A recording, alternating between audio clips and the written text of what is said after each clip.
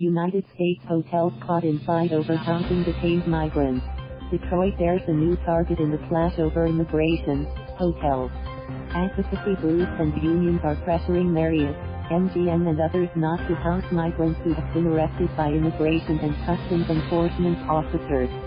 For decades, the U.S. government has occasionally detained migrants in hotels, and acting ICE Director Matthew Albin says it might have to split up families if hotels don't help.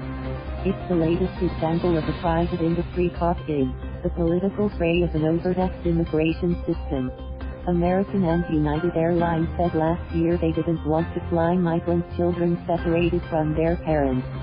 Greyhound told authorities to stop dropping off immigrants inside its bus stations.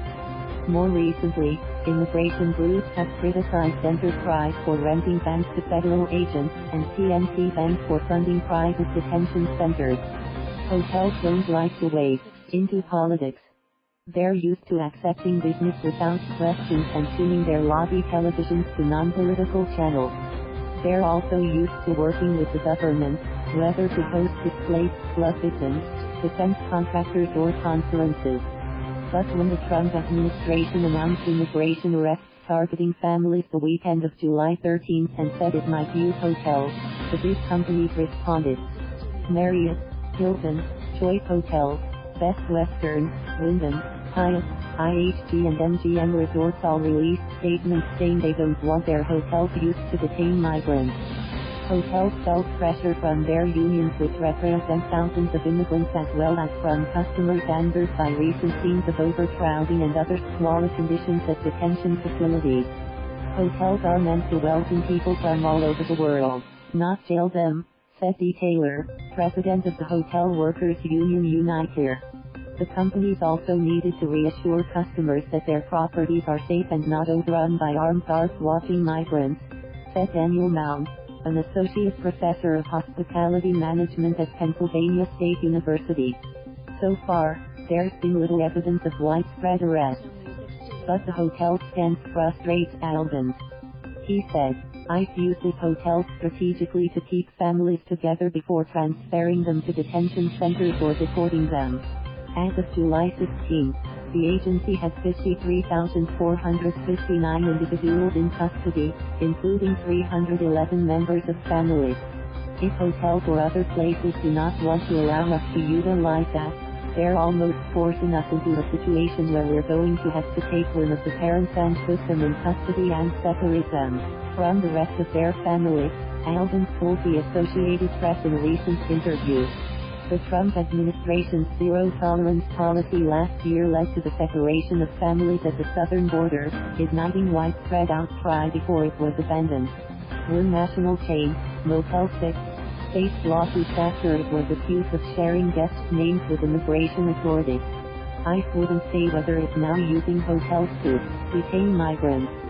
Despite the corporate position, individual hotels might still work with ICE. Franchisees run 88% of hotels in the U.S., according to data firm STR, and their franchise agreements don't expressly prohibit detained migrants. Hotel companies could change those agreements to ban the practice, but waiting for the deals to expire and rolling out new ones would take years, Mount said. And not all hotel owners would back the change. Walter Barela, who runs 10 hotels across the Southwest as principal of Albuquerque, New Mexico-based Peak Hospitality, says some of his hotels on the border work with church groups to house newly arrived immigrants at discount rates. But he has never been approached by ICE about rooms for detained migrants. It's not our business to stand on one side of the debate or another, Barela said. We have to make people across a wide spectrum feel comfortable in our establishment. Contracts with the government can be lucrative. According to federal contract listings, Quality Suites San Diego Otay Mesa, near the Mexican border, could earn $900 between 2016 and 2020 housing migrants for ICE. Mount says the government generally pays a higher rate than a budget hotel could command. If the government is saying, we can still have the hotel at per night for 6 months or a year, that's hard business to turn away from, he said. Available data suggests the government detains migrants at hotels on a limited basis. On a November 2017 list of government detention facilities, just 12 of the 1,685 sites were hotels. The list, obtained by the Immigrant Legal Resource Center, also includes county jails and hospitals. Only one of those hotel quality suites has recently housed more than 3 migrants. It had as many as 120 detained migrants at one time in fall 2017. Thank you for watching. Please subscribe.